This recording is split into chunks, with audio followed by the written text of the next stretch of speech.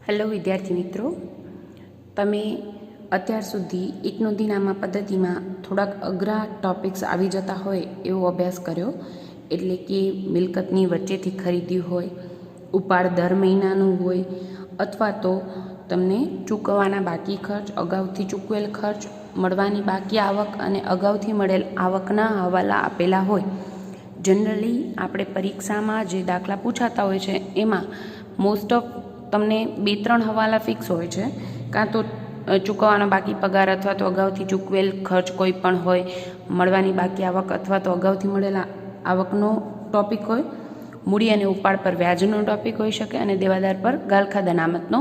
અને વધીને મિલકતની વચ્ચેથી ખરીદી કે વેચાણ હોય ત્યારે કેટલા સમયનો ઘસારો એક એવા હવાલાઓ જનરલી પૂછાતા હોય છે. એટલે એવા હવાલાઓ પર તમારે ખાસ ફોકસ કરવાનું છે. અને ખાસ કરીને મિલકત ખરીદી વેચાણના ટોપિક ઉપર કે જ્યાં ભૂલ થવાની શક્યતા હોય, આપણે 1 by 1 ટોપિક લઈ રહ્યા છીએ. અત્યારે આજે આપણે લેશું થોડોક વચ્ચે સહેલો સમ. અત્યાર સુધી 2-3 અઘરા સમ કર્યા પછી વચ્ચે સહેલો સમ લઈએ છીએ. એના પછી આખા ડિફરન્ટ સમ હોય એવા આપણે બીજા સમ લેશું. બરાબર. અત્યારે લઈએ છીએ દાખલા નંબર 25. કવિ અને કવિતા 2:1 પ્રમાણમાં નફો નુકસાન વહેંચતા ભાગીદારો છે. મૂડી પણ એ જ પ્રમાણમાં એ લોકો રોકી છે. તેઓ પોતાના હિસાબો એક નોંધી મુજબ રાખે છે. તારીખ 31 માર્ચ 2010 રોજ પૂરા થતા વર્ષ માટે નીચે પ્રમાણેની માહિતી આપેલી છે. 1/4/2009ની બાકીઓ આપેલી છે અને 1/4/2010ની 1/4/2010ની એટલે જ બાકી કઈ થાય 31/3/2010ની, એટલે કે આખરની બાકી અને શરૂની બાકી તમને આપેલી છે. અને પછી વર્ષ દરમિયાન રોકડ વ્યવહારો કીધા છે. યાદ રાખીએ, વર્ષ દરમિયાનના વ્યવહારો આપેલા હોય તો દરેકની 2 એન્ટ્રી, પણ અહીંયા રોકડ વ્યવહારો હોય એટલે આ બધાની એક એન્ટ્રી તો રોકડ ખાતામાં આવશે જ, બીજી એન્ટ્રી જે તે ખાતામાં. પછી વધારાની માહિતી તરીકે આપેલ વટાવ, મળેલ વટાવ અને ગાલખાદ આપેલા છે અને હવાલાઓ આપેલા છે. અને કીધું છે કવિ અને કવિતાના વાર્ષિક હિસાબો તૈયાર કરો. આપણે મોસ્ટ ઓફ તમને FYમાં જે ભણવાનું આવે છે એમાં તમને ભાગીદાર નથી હોતા. અત્યાર સુધી જેટલા સમ જોયા હશે એમાં તમે ભાગીદાર નહીં જોયા હોય. આમાં 2 ભાગીદાર છે, કવિ અને કવિતા. તો તમારે કઈ રીતે કરવું એ આપણે ટોપિક લઈ રહ્યા છીએ અત્યારે. સિક્વન્સ આપણો એ જ રહેશે. પહેલે શરૂની બાકીઓ નોંધો, પછી વર્ષ દરમિયાનના વ્યવહારોની નોંધ કરો, પછી આખર બાકીઓ નોંધો, પછી ખૂટતી વિગતના ખાતા બંધ કરો અને છેલ્લે હવાલાની અસર. કારણ કે હવાલાની અસર વેપાર, નફા નુકસાન કે પાકા સરવૈયામાં જ આવતી હોય છે. એટલા માટે આપણે ખૂટતી વિગતના ખાતા બંધ કર્યા પછી એની એન્ટ્રી લેતા હોઈએ છીએ. હવે ખૂટતી વિગતના કયા ખાતા બનાવવા પડશે પ્રશ્ન એ થાય. તો આપણે દેવાદાર, લેણદાર છે, દેવી ઊંડી, લેણી ઊંડીને લગતા કોઈ વ્યવહારો તમને દેખાતા નથી અને એની બાકી પણ નથી. તો આપણે લેણી ઊંડી, દેવી ઊંડીનું ખાતું બનાવવાનું નથી. એટલે દેવાદાર, લેણદારનું ખાતું. પછી એક તો રોકડ વ્યવહારો છે એટલે રોકડ ખાતું બનાવવું પડશે. શરૂની બાકીઓમાં શરૂની મૂડી નથી આપી એટલે શરૂનું સ્થિતિદર્શક પત્રક પણ આપણે બનાવવું પડશે. અને સ્ટોક, તો સ્ટોક શરૂનો અને આખરનો બંને આપી દીધા છે એટલે સ્ટોક ખાતું બનાવવાની જરૂર નથી. એટલે આપણે દેવાદાર, લેણદાર, શરૂનું સ્થિતિદર્શક પત્રક અને રોકડ ખાતું બનાવવાનું છે. ખૂટતી વિગતના ખાતામાં મેક્સિમમ 7 ખાતા આવે, એમાંથી આપણે લેણી ઊંડી, દેવી ઊંડી નથી બનાવ્યું એટલે દેવાદાર, લેણદારનું ખાતું અને રોકડનું ખાતું તેમજ શરૂનું સ્થિતિદર્શક પત્રક બનાવવાનું છે. અને પછી વેપાર ખાતું, નફા નુકસાન ખાતું અને પાકું સરવૈયું બનાવવાનું છે. હવે મેઇન વિગત કરીએ. શરૂ, આપણે શરૂની બાકીઓ બધી એક એન્ટ્રી ક્યાં આવે? શરૂના સ્થિતિદર્શક પત્રકમાં અને બીજી જે તે ખાતામાં. 1 by 1 લેતા જઈએ તો આપણે શરૂની બાકીઓ બધી લઈએ છીએ. રોકડની બાકી છે 9600. રોકડ સિલક એટલે આપણે શરૂનું સ્થિતિદર્શક પત્રક એટલે ઇન શોર્ટ શરૂનું પાકું સરવૈયું. એટલે મિલકત, મૂડી દેવા અને મિલકત લેણા જ લખીએ છીએ, આપણે વિગત નથી લખતા એમાં. બરાબર. એટલે લખી નાખીએ રોકડ સિલક, મિલકત લેણા સાઈડ 9600. બીજી એન્ટ્રી જે તે ખાતામાં, રોકડ ખાતામાં બાકી આગળ લાવ્યા. શરૂની બાકી, રોકડ ખાતાની હંમેશા ઉધાર બાકી હોય. બેંક હોય તો હજી જોવું પડે કે શરૂની બાકી હોય તો શરૂની બાકી, જો ઉધાર બાકી હોય તો બેંક સિલક હોય અને જમા બાકી હોય તો બેંક ઓવરડ્રાફ્ટ હોય. બરાબર. સ્ટોક આપેલો છે 18,000. એક એન્ટ્રી શરૂની બાકીની તો ખબર જ છે કે શરૂના સ્થિતિદર્શક પત્રકમાં, બીજી જે તે ખાતામાં. હવે સ્ટોકનું તો આપણે ખાતું બનાવ્યું નથી. શરૂનો સ્ટોક ક્યાં નોંધાય? વેપાર ખાતામાં ઉધાર બાજુ. શરૂનો સ્ટોક 18,000 રૂપિયા. ક્લિયર? ત્યારબાદ આપણે કીધું છે દેવાદારો 8,400. દેવાદારો પણ ક્યાં આવે? મિલકત લેણા બાજુ. દેવાદારો 8,400 અને બીજી એન્ટ્રી જે તે ખાતામાં દેવાદારનું ઓલરેડી ખાતું બનાવ્યું છે. દેવાદારની ઉધાર બાકી હોય, બાકી આગળ લાવ્યા 8,400. ત્યારબાદ લેણદારોની 12,000 બાકી છે તો લખી નાખીએ બાકી આગળ લાવ્યા. લેણદારની કઈ બાકી હોય? જમા બાકી, એટલે બાકી આગળ લાવ્યા જમા સાઈડ 12,000 રૂપિયા. અને બીજી એન્ટ્રી શરૂના સ્થિતિ દર્શક પત્રકમાં લેણદારોની કઈ બાકી હોય? મૂડી દેવા સાઈડ લખાય લેણદારો 12,000. પછી કીધું છે રોકાણો 30,000. રોકાણો મિલકત લેણા સાઈડ એક એન્ટ્રી, રોકાણો 30,000. અને બીજી એન્ટ્રી તો કે રોકાણોનું ખાતું નથી બનાવ્યું એટલે ક્યાં લખાય? પાકા સરવૈયામાં રોકાણો લખાય. આમ જોઈએ તો પાકા સરવૈયામાં તો આપણે બધી બાકીઓ લખીએ છીએ, વર્ષના અંતે બનાવીએ છીએ 31/3/2010. આ તો શરૂની બાકી છે તો આમાં શા માટે આવે તો કે આપણે શું લખશું? રોકાણો અંદરની કોલમમાં લખશું 30,000. વર્ષ દરમિયાન ખરીદી કે વેચાણ નહીં હોય તો જેટલા સ્ટાર્ટિંગમાં હતા વર્ષ દરમિયાન આપણે ખરીદ્યા પણ નથી બીજા નવા અને વેચ્યા પણ નથી તો વર્ષના અંતે પણ એટલી બાકી હશે એમ માનીને તો બહારની કોલમમાં લખશું. એટલે 31/3/2010ની બાકી આપણે બહારની કોલમમાં લખશું.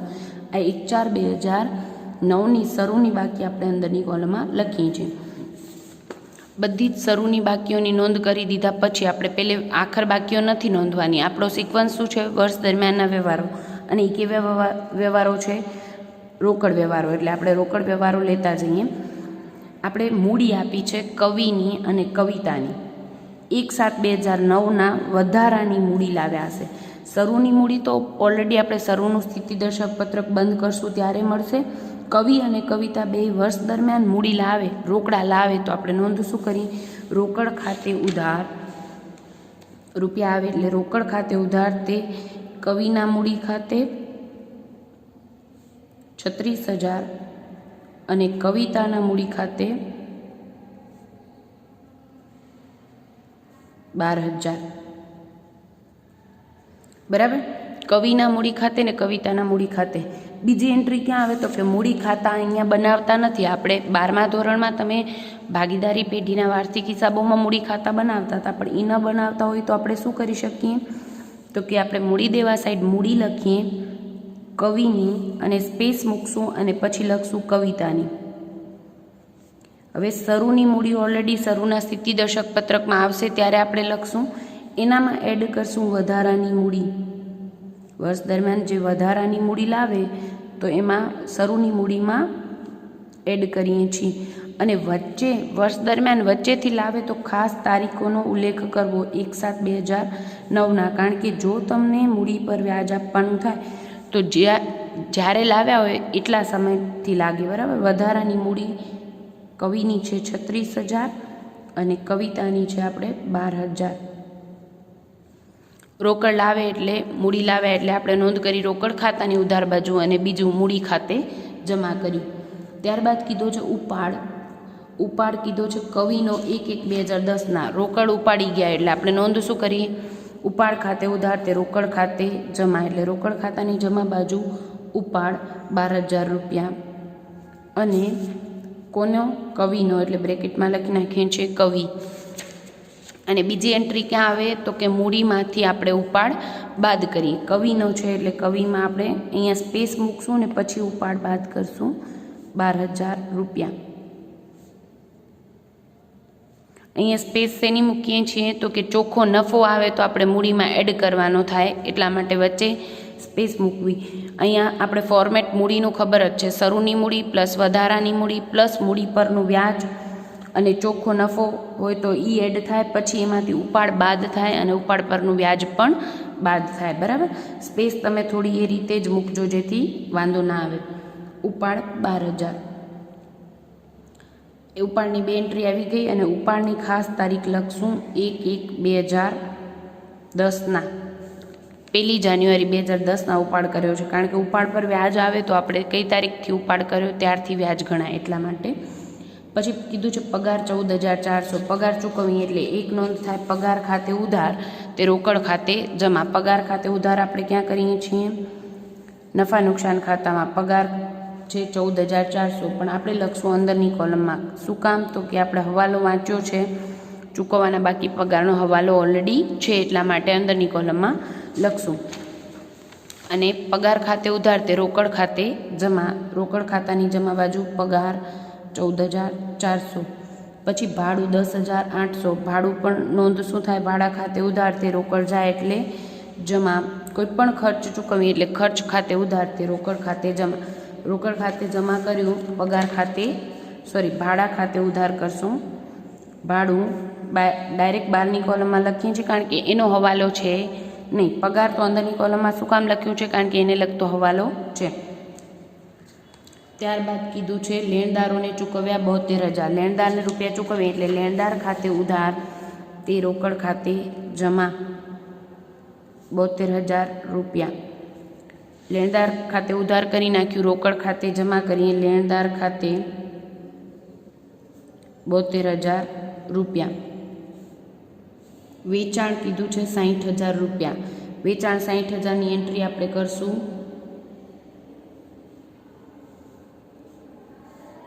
રોકડ વેચાણ છે એટલે રોકડ ખાતે ઉધાર તે વેચાણ ખાતે જમા.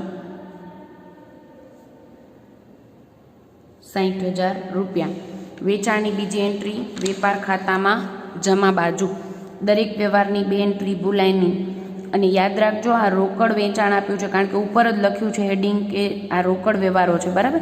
ઉધાર વેચાણ તો આપણે દેવાદાર ખાતા ઉપરથી મળશે. એટલે આ રોકડ વેચાણ મળ્યું અંદરની કોલમમાં, એમાં ઉધાર વેચાણ પ્લસ થશે અને વેચાણ પરત હોય તો બાદ થાય ને પછી બહારની કોલમમાં લખવું. એટલે રોકડ વેચાણ આપણે લખ્યું છે અંદરની કોલમમાં 60,000 રૂપિયા.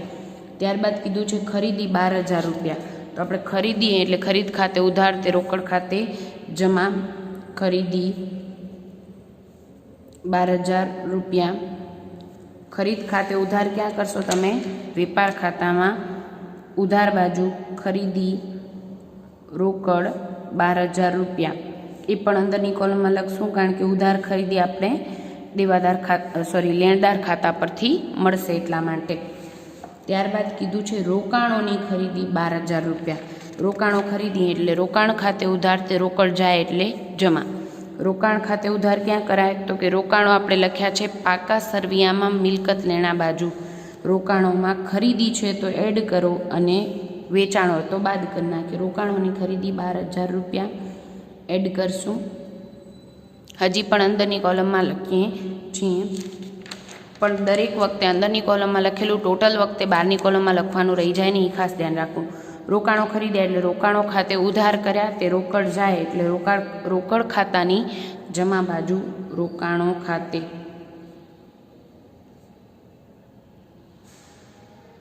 ₹12,000. લારી ભાડું 600 ચૂકવ્યું. લારી ભાડું ચૂકવ્યું એટલે આમનું શું થાય? લારી ભાડા ખાતે ઉધાર તે રોકડ ખાતે જમા. એટલે રોકડ ખાતાની જમા બાજુ લારી ભાડું 600 રૂપિયા. હવે લારી ભાડું આવકમાલ વખતે છે કે જાવકમાલ વખતે કોઈ સ્પષ્ટતા નથી, તો અત્યારે આપણે વેપાર ખાતામાં લઈએ છીએ. લારી ભાડા ખાતે ઉધાર 600 રૂપિયા. ખર્ચ છે પણ ખરીદીને લગતો ખર્ચ છે કે વેચાણને લગતો ખર્ચ છે કોઈ સ્પષ્ટતા નથી, પણ લારી ભાડું માલ લઈ આવતી વખતે ચૂકવ્યો હશે એમ માનીને આપણે અત્યારે કરીએ છીએ વેપાર ખાતાની ઉધાર બાજુ. નહીંતર ક્યાં આવે? જો જાવક માલ ગાડી ભાડું હોય તો આપણે લખીએ છીએ વેપાર નફા નુકસાન ખાતાની ઉધાર બાજુ. દેવાદાર પાસેથી મળ્યા 42,000. 42,000 રૂપિયા મળે એટલે આપણે નોંધ શું કરીએ? રોકડ ખાતાની ઉધાર બાજુ 42,000 દેવાદાર ખાતે. દેવાદાર ખાતાની જમા બાજુ નોંધ કરશું રોકડ ખાતે 42,000. બધા જ રોકડ વ્યવહારો પૂર્ણ થઈ ગયા આપણા. આપણે પહેલે કર્યું શરૂની બાકીની નોંધ, પછી કર્યું આપણે વર્ષ દરમિયાનના રોકડ વ્યવહારોની એન્ટ્રી. દરેકની 2 એન્ટ્રી ભૂલાય નહીં. પછી વધારાની માહિતી આપી છે એની પણ દરેકની 2 એન્ટ્રી કરી નાખીએ. એટલે આપેલ વટાવ કીધું છે 1200 રૂપિયા. વટાવ કોને આપીએ? આપણા ગ્રાહકોને. ગ્રાહકો એટલે કોણ? આપણા દેવાદાર. ઘણા વિદ્યાર્થીઓને બાકીમાં ગ્રાહકો આપેલું હોય તો નથી ખ્યાલ હોતો, એટલે યાદ રાખજો, દેવાદારો એટલે આપણા ગ્રાહકો અને લેણદાર એટલે આપણા વેપારીઓ. આપેલ વટાવ 1200 રૂપિયા. વટાવ કોને આપીએ? દેવાદારને. તો આપણે નોંધ શું કરીએ? વટાવ ખાતે ઉધાર તે દેવાદાર ખાતે જમા. દેવાદાર ખાતાની જમા બાજુ આપેલ વટાવ 1200 રૂપિયા. અને વટાવ ખાતે ઉધાર ક્યાં કરશો તમે? નફા નુકસાન ખાતાની ઉધાર બાજુ આપેલ વટાવ 1200 રૂપિયા. ત્યારબાદ કીધું છે મળેલ વટાવ 600 રૂપિયા. મળેલ વટાવની એન્ટ્રી આવે નફા નુકસાન ખાતાની જમા બાજુ મળેલ વટાવ 600. વટાવ કોની પાસેથી મળે? વેપારીઓ પાસેથી. આમ નોંધ શું થાય? તો કે લેણદાર ખાતે ઉધાર તે વટાવ ખાતે જમા. આપણે વટાવ ખાતે જમા કર્યું પણ લેણદાર ખાતે ઉધાર કરીએ. લેણદાર ખાતાની ઉધાર બાજુ 600 રૂપિયા મળેલ વટાવ. આપણે પહેલાં જ લેક્ચરમાં આપણે વાત કરી હતી ઓલરેડી ફોર્મેટ્સની. લેણદાર, દેવાદાર, લેણી ઊંડી, દેવી ઊંડી. તમને ઘણીવાર બાકીઓમાં અને વિદ્યાર્થીઓ મિસ્ટેક કરતા હોય છે, તો એ જોઈ લેવી કે કઈ સાઈડ કયો વ્યવહાર આવે અને કઈ વિગત ખૂટે છે માટે આ ખાતું બનાવ્યું છે. ગાલખાત કીધી તે 2400 રૂપિયા. ગાલખાત ક્યારે પડે? ગ્રાહક આપણે રૂપિયા આપે નહીં ત્યારે. તો આપણે નોંધ કરીએ ગાલખાત ખાતે ઉધાર તે દેવાદાર ખાતે જમા. દેવાદાર ખાતાની જમા બાજુ ગાલખાત 2400 રૂપિયા. બીજી એન્ટ્રી ગાલખાત એ આપણું નુકસાન છે, એટલે નફા નુકસાન ખાતાની ઉધાર બાજુ નોંધ કરશો. નફા નુકસાન ખાતાની ઉધાર બાજુ 2400 રૂપિયા ગાલખાત ખાતે. સોરી, અંદરની કોલમમાં લખશું કારણ કે ગાલખાત અનામતનો હવાલો છે અને ઓલરેડી એનું ફોર્મેટ આપણે શીખી ગયા છીએ. બરાબર, બધા જ વ્યવહારો આવી ગયા. પછી આપણે કરીએ છીએ વર્ષ દરમિયાનના વ્યવહારો આવી જાય પછી હવાલા નથી કરતા, એના પછી કરીએ છીએ આપણે આખરની બાકીઓની નોંધ. કારણ કે આખરની બાકીઓ નોંધ્યા પછી આપણે આખરની, દાખલા તરીકે હવાલો છે દેવાદાર પર ગાલખાતાના, આખરની બાકી તમે નોંધી નહીં હોય તો એ કેમ થાય? એટલે પહેલે આપણે આખરની બાકીઓની નોંધ કરશું પછી હવાલા કરશું. રોકડની આખરની બાકી શોધવાની છે. સ્ટોકની 18,000 બાકી આપેલી છે. આખર સ્ટોક 18,000 રૂપિયા. ક્યાં નોંધ થાય? એક તો વેપાર ખાતામાં જમા બાજુ આખર સ્ટોક 18,000 રૂપિયા અને બીજું પાકા સરવૈયામાં મિલકત લેણા બાજુ આખર સ્ટોક 18,000 રૂપિયા. ત્યારબાદ તમને કીધું છે દેવાદારોની આખરની બાકી 24,000 રૂપિયા. દેવાદારોની એક એન્ટ્રી ક્યાં આવે? પાકા સરવૈયામાં મિલકત લેણા બાજુ દેવાદારો 24,000. ક્યાં લખશો? અંદરની કોલમમાં. શા માટે? તો કે ગાલખાત અનામતનો હવાલો મોસ્ટ ઓફ દાખલામાં હશે, એટલે તમારે ધ્યાન રાખવાનું. દેવાદારની આખરની બાકીની બીજી નોંધ, દેવાદાર ખાતામાં જમા બાજુ બાકી આગળ લઈ ગયા 24,000 રૂપિયા. ત્યારબાદ લેણદારોની બાકી આપી છે 6,000. લેણદાર ખાતામાં ઉધાર બાજુ કરશું બાકી આગળ લઈ ગયા 6,000 રૂપિયા. અને બીજી એન્ટ્રી દરેક વ્યવહાર કેમ શરૂની બાકીની એક એન્ટ્રી શરૂના સ્થિતિદર્શક પત્રકમાં આવે એમ આખરના દરેક બાકી એક એન્ટ્રી ક્યાં આવે? પાકા સરવૈયામાં. એટલે બીજી એન્ટ્રી કરશું પાકા સરવૈયામાં. મૂડી દેવા બાજુ લેણદારો 6,000 રૂપિયા. અને રોકાણોની બાકી ક્વેશ્ચન માર્ક કીધી છે. દેટ મીન્સ વચ્ચે ખરીદ્યું હોય તો એડ કરીને 30,000 અને 12,000 એટલે 42,000 આપણે લખશું 12ની કોલમમાં. ક્લિયર? હવે આખરની બાકીઓ નોંધ્યા પછી હવાલા નથી કરવાના. પહેલે શું કરવાનું છે? ખૂટતી વિગતના ખાતા બંધ. શા માટે? તો કે ઘણીવાર દાખલામાં ખૂટતી વિગત શું હોય સ્પષ્ટ હોતું નથી. આપણે ડિસાઇડ કરવાનું હોય છે કે કઈ વિગત ખૂટે છે. અહીંયા શરૂની ને આખરની બાકી આપી દીધી તો ઉધાર વેચાણ ખૂટતું હશે, પણ ઘણા દાખલામાં તમને ઉધાર વેચાણ આપી દીધું હોય, શરૂની બાકી ઉધાર વેચાણ આપી દીધું, રોકડ ખાતે પણ આપી દીધું, તો તમારી ખૂટતી વિગત શું હોય? બાકી આગળ લઈ ગયા. તો એના આધારે શોધીને પછી હવાલાની એન્ટ્રી થાય. એટલે પહેલે આખરની બાકીઓ નોંધી પછી ખૂટતી વિગતના ખાતા બંધ કરવા અને પછી જ તમારે હવાલાઓની એન્ટ્રી કરવાની છે. અહીંયા આપણે ખબર પડી ગઈ કે શરૂની ને આખરની બાકી આપી દીધી છે, રોકડ ખાતે પણ મળી ગયું છે, એટલે ખૂટતી વિગત શું છે? ઉધાર વેચાણ. દાખલાઓની પ્રેક્ટિસ પછી તમને ખબર પડી જશે કે આ ખાતામાં શું ખૂટે છે. ટોટલ મારી દઈએ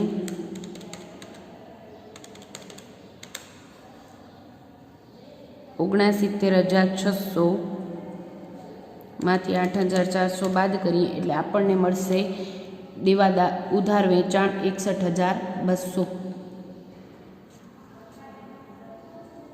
અને ખૂટતી વિગતની ક્યાંક ને ક્યાંક એન્ટ્રી હોય એ ભૂલાય નહીં. બીજી વસ્તુ કે અહીંયા લેણી હુંડીનું ખાતું નહોતું, નહીંતર લેણી હુંડી જ્યારે હોય ત્યારે લેણી હુંડીનું ખાતું હુંડીનું ખાતું પહેલે બંધ કરવું, પછી દેવાદારનું બંધ કરવું. સેમ વે દેવી હુંડીનું ખાતું પહેલે બંધ કરવું, પછી લેણદારનું ખાતું બંધ કરવું. એ વસ્તુ ધ્યાન રાખજો. અહીંયા ઉધાર વેચાણ મળ્યું એની બીજી એન્ટ્રી ક્યાં આવે? વેપાર ખાતામાં, જમા બાજુ વેચાણમાં, રોકડ વેચાણમાં પ્લસ. હવે પ્લસ કરી નાખશું કારણ કે વેચાણ પરત છે નહીં. વેચાણ પરત હોય તો બાદ કરત. હવે ડાયરેક્ટ બહારની કોલમમાં લખીએ 1,21,200 બરાબર.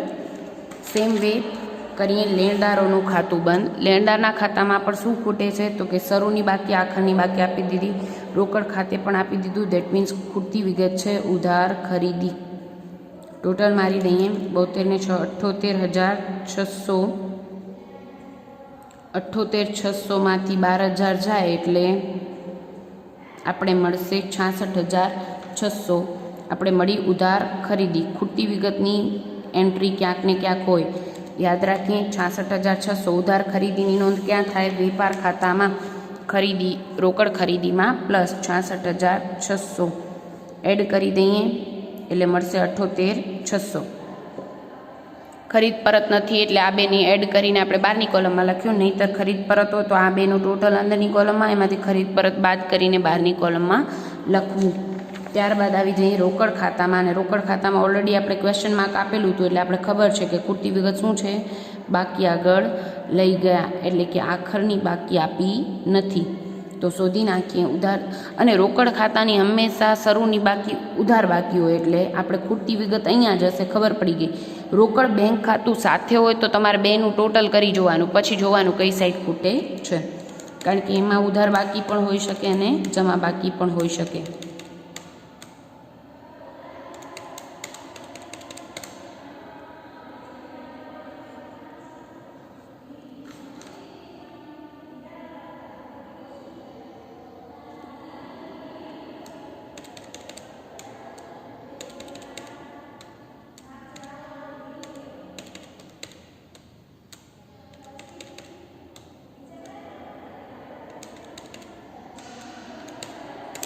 આખરની સિલક મળે છે 25,800.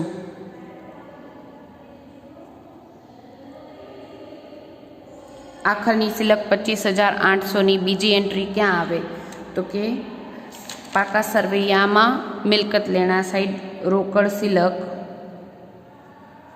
25,800. હવે છેલ્લું ખૂટતી વિગતનું ખાતું શરૂનું સ્થિતિદર્શક પત્રક બાદ કરી નાખીને શેના માટે બનાવ્યું છે ઓલરેડી આપણે જાણીએ છીએ, શરૂની મૂડી શોધવા માટે. પણ દર વખતે ભાગીદાર નહોતા, અહીંયા શરૂની મૂડી બંનેની આવશે, કવિ અને કવિતાની. બરાબર. ટોટલ મારી દઈએ 8,400 પ્લસ 18,000 પ્લસ 39,600 એટલે ટોટલ મળશે 66,000.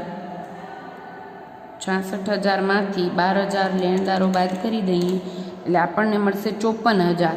પણ આ શરૂની મૂડી બંનેની થઈને મળી, કવિ અને કવિતાની. હવે આપણે અત્યાર સુધી જે દાખલા કર્યા એમાં કોઈ ભાગીદારો નહોતા એક નોંધીમાં. બરાબર. અહીંયા ભાગીદારો છે કવિ અને કવિતા, 2:1ના પ્રમાણમાં નફો નુકસાન વહેંચતા ભાગીદારો છે. મૂડી પણ એ જ પ્રમાણમાં રોકી છે. એટલે કયા પ્રમાણમાં? 2:1ના પ્રમાણમાં આપણે આ 54,000ને કવિને કવિતાને આપી દઈએ એટલે 54,000 એટલે આ મળશે 36,000 અને 18,000. 2:1નું પ્રમાણમાં આપણે મૂડીને વેચી દીધી. બરાબર. હવે 36,000 અને 18,000 ખૂટતી વિગતની ક્યાંક ને ક્યાંક એન્ટ્રી હોય અને મૂડી ક્યાં નોંધાય? પાકા સરવૈયામાં શરૂની મૂડી 36,000 અને 18,000. તો કવિની આપણે લખી નાખીએ શરૂની 36,000 અને કવિતાની શરૂની મૂડી આવી 18,000. ક્લિયર? ખૂટતી વિગતના ખાતા બંધ કર્યા પછી આપણે વેપાર નફા નુકસાનને પાકું સરવૈયું બંધ નથી કરવાના. એના પહેલાં આપણે શું કરવાનું છે? હવાલાની એન્ટ્રી. હવાલામાં પહેલો હવાલો કીધો છે દેવાદાર પર 5% ગલખાદ અનામતની જોગવાઈ કરી છે અને ₹1650 વટાવ અનામતની જોગવાઈ કરો. બરાબર, તો વટાવ અનામત ને ગાલખાદ અનામતની નોંધ કરી દઈએ. દેવાદારોમાંથી ગાલખાદ હવાલામાં હોય તો પહેલે બાદ થાય અને પછી ગાલખાદ અનામત બાદ થાય. યાદ રાખીએ. તો આપણે દેવાદારોના માંથી બાદ કરશું. 5% ગાલખાદ અનામત કીધી છે તો બાદ કરી દઈએ આપણે 24,000ના 5%, એટલે તમને મળે 1200 રૂપિયા ગાલખાદ અનામત. ગાલખાદ અનામત બાદ કર્યા પછી જ વટાવ અનામત બાદ થાય, એટલે મળ્યા 22,800. એમાંથી વટાવ અનામત અહીંયા તો કહી જ દીધું છે કે 1650 જ બાદ કરવાની છે, એટલે આપણે બાદ કરી દઈએ. પણ નહીંતર જ્યારે તમને ટકાવારી આપેલી હોય તો તમારે શું કરવાનું છે, દેવાદારોમાંથી પહેલે ગાલખાદ હોય હવાલાની તો ગાલખાદ હવાલાની બાદ કરવાની, પછી જે રકમ બચે એના ઉપર 5% લેખે ગાલખાદ અનામતની નોંધ કરવાની. પછી ગાલખાદ અનામત બાદ થઈ જાય એ રકમ પર વટાવ અનામતના ટકાવારી આવે. અહીંયા ટકાવારી નથી, ડાયરેક્ટ કહી દીધું છે વટાવ અનામત 1650 રાખો, એટલે આપણે ડાયરેક્ટ 1650 બાદ કરીને 12ની કોલમમાં 21,150 આવ્યા. ક્લિયર. પણ દરેક વ્યવહારની 2 એન્ટ્રી. આપણે ગાલખાદ અનામત અને વટાવ અનામતની બીજી એન્ટ્રી કરશું નફા નુકસાન ખાતામાં ઉધાર બાજુ. ગાલખાદ ઓલરેડી આપણે લખી હતી અને 1200 અહીંયા ગાલખાદ અનામત હવાલાની છે એટલે પ્લસ કરી નાખશું અને 12ની કોલમમાં આવશે 3600 રૂપિયા. અને વટાવ અનામત અલગથી લખશું. ઓકે, એક વસ્તુ વટાવ આપ્યો છે અહીંયા 1200, અહીંયા ચેકીને લખું છું. વટાવ 1200 આપ્યો છે એટલે વટાવ અનામત હોય તો એ વટાવ માં પ્લસ થઈને લખાય. વટાવ અનામત હવાલાની 1650 રૂપિયા. તમે અહીંયા વટાવ 1200 લખો અને વટાવ અનામત 1650, તો ટોટલમાં કોઈ ડિફરન્સ નહીં આવે, પણ જનરલી આપણે ફોર્મેટ પ્રમાણે લખતા હોઈએ છીએ. 2850 રૂપિયા. જેમ ગાલખાદમાં શું છે, ગાલખાદ હવાલાની અને કાચા સરવૈયાની પ્લસ થાય, પ્લસ ગાલખાદ અનામત હવાલાની પ્લસ થાય, અને કાચા સરવૈયાની એટલે કે શરૂની બાકીમાં ગાલખાદ અનામત આપ્યું હોય તો માઇનસ થાય. સેમ વે વટાવ અનામતનું એવું છે. વટાવ એમાં આપણે પ્લસ કરવાનું વટાવ અનામત હવાલાની, અને વટાવ અનામત કાચા સરવૈયાની હોય તો બાદ કરીને પછી 12ની કોલમમાં લખાય. એટલે બની શકે તો ફોર્મેટમાં લખવું. બાકી વટાવ તમે અહીંયા લખ્યો અને વટાવ અનામત 1650, તો તમારું ટોટલમાં કોઈ ડિફરન્સ નહીં આવે, કારણ કે 1200 પણ નોંધાઈ ગયા અને 1650 પણ નોંધાઈ ગયા, અને અહીંયા બેનું ટોટલ આપણે નોંધ્યું છે. હવે બીજો હવાલો કીધો છે મૂડી અને ઉપાડ પર 5% વ્યાજ આપો. હવે મૂડી પર વ્યાજ આપવાની ગણતરી બતાવું છું, કારણ કે મૂડી આપણી પાસે શરૂની બંનેની આપણે હમણાં શોધી આવ્યા, અને વર્ષ દરમિયાન પણ બંને કવિ અને કવિતા વર્ષ દરમિયાન વધારાની મૂડી વચ્ચેથી લાવ્યા છે. હવે વચ્ચેથી લાવ્યા હોય તો જેટલા સમય ગાળા દરમિયાન એની મૂડી વાપરી હોય એટલા ટાઈમનો જ આપણે વ્યાજ આપીએ, એટલે મૂડી પર વ્યાજની ગણતરી બતાવીએ છીએ.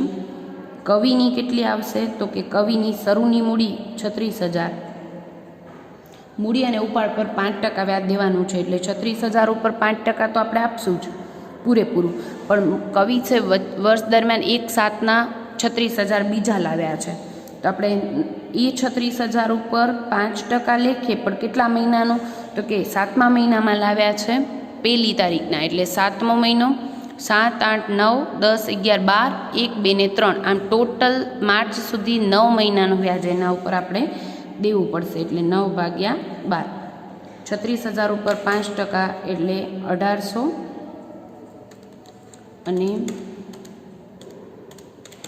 વર્ષ દરમિયાન વચ્ચેથી લાવ્યા એના ઉપર 1350, આમ ટોટલ વ્યાજ થશે આપણું 3150. કવિનું વ્યાજ થયું 3150, અને કવિતાનું પણ સેમ વે શરૂની મૂડી જે હતી હમણાં આપણે શોધી આવ્યા 18,000, એના ઉપર આખા વર્ષનું, પણ વર્ષ દરમિયાન લાવ્યા એ જેટલો સમય વાપરી મૂડી એટલા સમયનું વ્યાજ લાગે.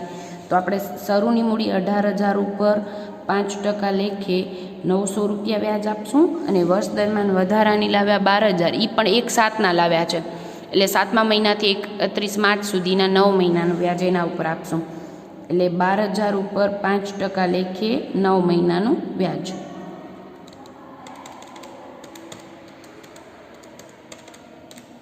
₹450. આમ 450 અને 900 ટોટલ 1350 વ્યાજ થશે કવિતાનું. બરાબર. મૂડી પર વ્યાજ. ઉપાડ પર વ્યાજની પણ ગણતરી ભેગા કરી લઈએ. ઉપાડ પર વ્યાજ, ઉપાડ આપણે વિગતમાં જ જોયું હતું કે ઉપાડ છે એ કવિતા કરતી નથી. કોણ કર્યું છે? કવિએ કર્યો છે 12,000નો ઉપાડ. અને એ કઈ તારીખના કર્યો છે? 1/1/2010ના. બરાબર.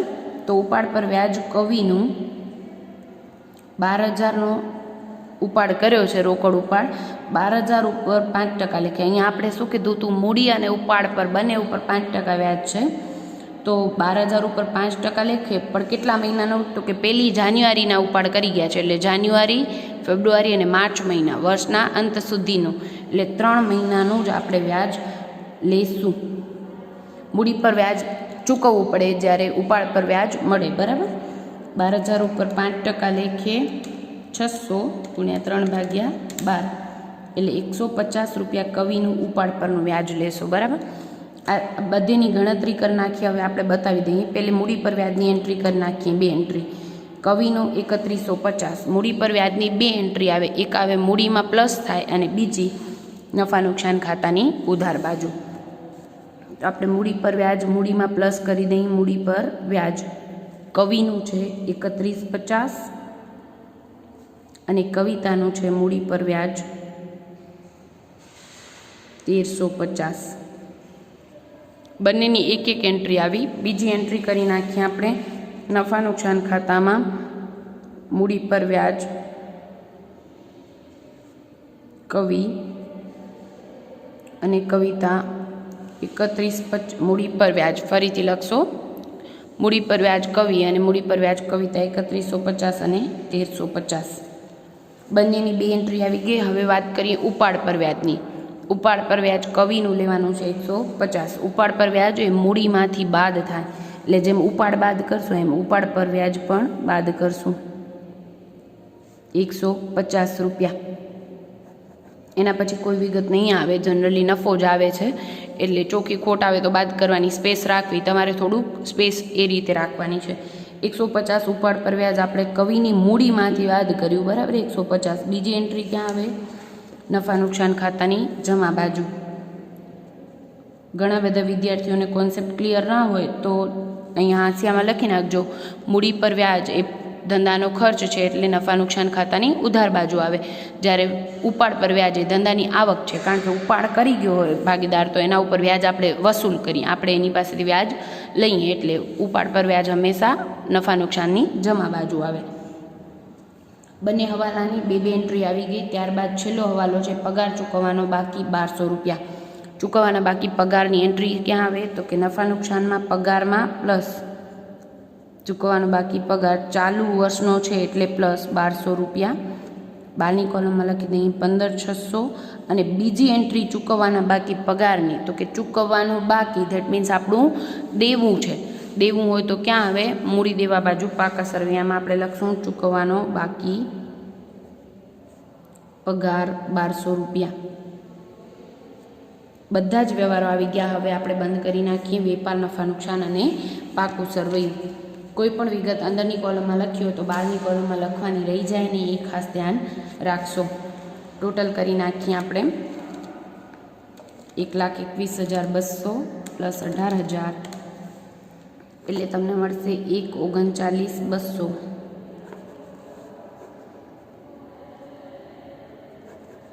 એમાંથી બાદ કરી નાખીએ શરૂનો સ્ટોક 18,000, 78,600 અને 600 એટલે આપણે મળશે 42,000 કાચો નફો.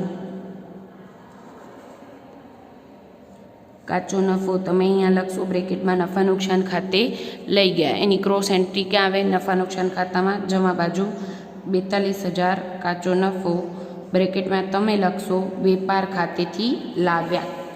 ટોટલ કરી દઈએ નફા નુકસાન ખાતાનું. કોઈ પણ વિગત અંદરની કોલમમાં લખી હોય તો બહારની કોલમમાં લખવાની રહી જાય નહીં. એનું ખાસ ધ્યાન રાખશો.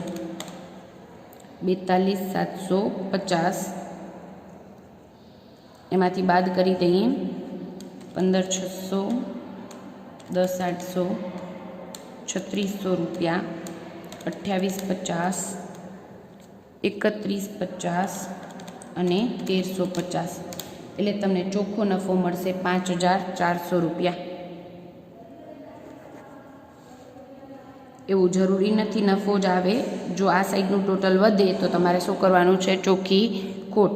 જમા સાઈડ ખૂટે તો ખોટ. અહીંયા નફો આવ્યો છે ચોખ્ખો નફો 5400 રૂપિયા. હવે મેઇન વસ્તુ કે અત્યાર સુધી આપણે શું કરતા હતા, અહીંયા આવે એટલે ચોખ્ખો નફો મૂડીમાં એડ કરી દેતા હતા, પણ અહીંયા તો મૂડીમાં એડ કરશું કવિમાં કે કવિતામાં, તો કે બંનેનો નફા નુકસાનનું પ્રમાણ આપી દીધું હતું, તો આપણે એમ લેવું પડે કવિ અને કવિતા 2:1 પ્રમાણમાં 5400 ને વેચી દઈએ એટલે આપણને મળશે 3600 અને 1800. કવિનો નફો 5400 ટોટલ નફો થયો, એમાં 2:1 પ્રમાણમાં દઈશું એટલે કવિને આવશે 3600 રૂપિયા નફાનો ભાગ અને 1800 રૂપિયા કવિતાને. બરાબર, નફો છે એટલે મૂડીમાં એડ કરશું, ખોટ હોય તો મૂડીમાંથી બાદ કરવાની છે. ચોખ્ખો નફો કવિમાં એડ કરીએ 3600 રૂપિયા અને કવિતામાં ચોખ્ખો નફો 1800 રૂપિયા. હવે મેઇન વિગત અહીંયા આ બધા જ પ્લસ કરવાના છે, મેં થોડી સ્પેસ એ પ્રમાણે રાખી હતી, અને આ ઉપાડ પર વ્યાજ બાદ કરવાનું છે આપણે, નહીંતર શું કરવાનું, આ બધાનું ટોટલ લખવાનું અને એનામાંથી આ બાદ કરવાનું છે. કરી નાખીએ. 36000 કવિમાં 36000 શરૂની મૂડી, 36000 વધારાની મૂડી એડ કરી 3150 મૂડી પર વ્યાજ અને 3600 આપણું ચોખ્ખા નફાનો ભાગ, એટલે ટોટલ તમને મળશે 78750. એમાંથી માઇનસ કરશું 12000 ઉપાડ અને 150 ઉપાડ પર વ્યાજ, એટલે 12ની કોલમમાં આવશે આખરની મૂડી કવિની 66600.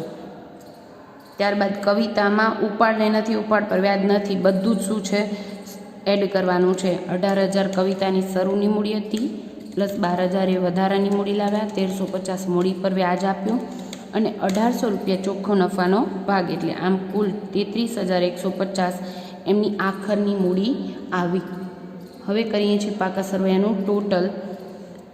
આમાં એડ કરી દઈએ આપણે 66600 અને 7200, એટલે તમને ટોટલ મળશે 1,06,950 રૂપિયા. 1,06,950 મૂડી દેવા સાઈડનું આવે છે, આપણે મિલકત લેણા સાઈડનું એવી રીતે લાવી દેવાનું છે. હવે આ દાખલામાં કાયમી મિલકતો કાંઈ હતી નહીં, તો ચાલુ મિલકતો બધાનું ટોટલ કરી દઈએ. 42,000, 25,800, 18,000 અને 21,150, એટલે આપણને મળશે 1,06,950. આપણે આના જેટલું બંને સાઈડનું ટોટલ સેમ થઈ જાય એટલે આપણો સમ સાચો. યાદ રાખીએ, દરેક વ્યવહારની 2 એન્ટ્રી અને સિક્વન્સમાં જશે તો કોઈ વ્યવહાર ભૂલાઈ જશે નહીં. ક્લિયર? આજે આપણે 12મા જેવો તમારો બે ભાગીદારો હોય એવો એક નોંધીમાં 1-2 જ સમ એવા છે એનો અભ્યાસ કર્યો. નેક્સ્ટ લેક્ચરમાં આપણે થોડા ડિફિકલ્ટ સમ ચાલુ કરશું. Thank you.